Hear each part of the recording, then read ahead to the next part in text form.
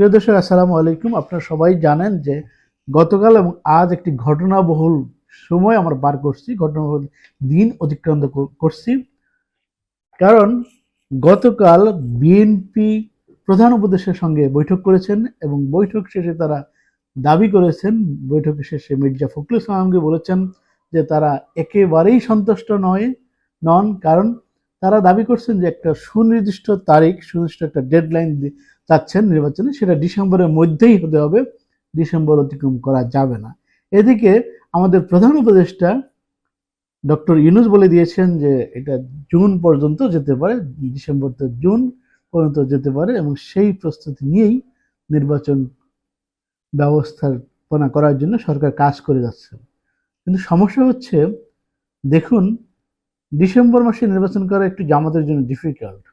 কারণ জামাত আসলে ডিসেম্বর এবং মার্চ এই 2 মাস তারা নির্বাচন করতে চান না, কারণ তাদের অতীত ইতিহাসের কারণে বা অতীত ভুলের কারণে বা অতীত কর্মকাণ্ডের কারণে, যেহেতু তারা ভুল স্বীকার করেনি, তাদের জন্য ভুল না হলেও এই ডিসেম্বর মাস এবং মার্চ মাস এই 2 মাস ভয় পান। সেজন্য তারা আবার দাবি করছেন যে ডিসেম্বর নয়, তারা নির্বাচনটা চান হচ্ছে রোজার আগে, মানে ফেব্রুয়ারিতে আগেই যাতে নির্বাচন হয়ে যায়। মানে দুই দলের মধ্যে পার্থক্য হচ্ছে 1.5 মাস। তারপর আমাদের প্রধান উপদেষ্টা ডক্টর মোহাম্মদ ইউনূস ঘোষণা বলে দিয়েছেন যে আমরা জুনের মধ্যে একটা নির্বাচন আয়োজন করব। সেই লক্ষ্যে সংস্কার কার্যক্রম শুরু হয়েছে, সংস্কার কার্যক্রম হাতে নিয়েছে, এবং ঐক্যমত্য কমিশনের সঙ্গে আজ বিএনপি সারাদিন ব্যাপী বৈঠক করছে। বৈঠকের ফলে একটা ঐক্যমত আসবে আশা করি। যদি না হয় তাহলে আগামীকালও এই বৈঠকটা অনুষ্ঠিত হবে।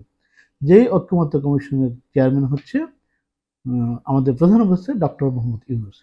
দেখুন, সংস্কারটা কিন্তু কোনো দলের জন্য না। সংস্কার করে যে কোনো দল জয়ী হবে, কোনো দলের পক্ষে যাবে, এই জন্য কিন্তু সংস্কারটা করা হচ্ছে না। আজকে হাজারো প্রাণের বিনিময়ে আমাদের অর্জিত যে এই ফেসিবাদ মুক্ত বাংলাদেশ, সেই বাংলাদেশে কিন্তু অবশ্যই একটু সংস্কার হইতে হবে। কারণ যারা জুলাই বিপ্লবে রাজপথে নেমেছিল তারা কিন্তু সরকার পরিবর্তন বা রেজিম চেঞ্জের জন্য নামেনি, তারা নেমেছিলেন হচ্ছে নতুন বন্দোবস্তের জন্য। সেই লক্ষ্যে এটা সংস্কার না হলে নির্বাচন কিন্তু করাই যাবে না। আর সংস্কার না করে যদি আপনি নির্বাচন করেন, তাহলে কিন্তু এই ফ্যাসিবাদী শাসন ব্যবস্থা, শাসকদের যে অবস্থা হয়েছিল, পালিয়ে যেতে হয়েছিল, ঠিক আপনাদেরও পালিয়ে যেতে হবে। কারণ সামনে যে প্রজন্ম আসছে, জেন জি প্রজন্মের পরে যে প্রজন্ম আসছে, ওটা আরো অ্যাডভান্স।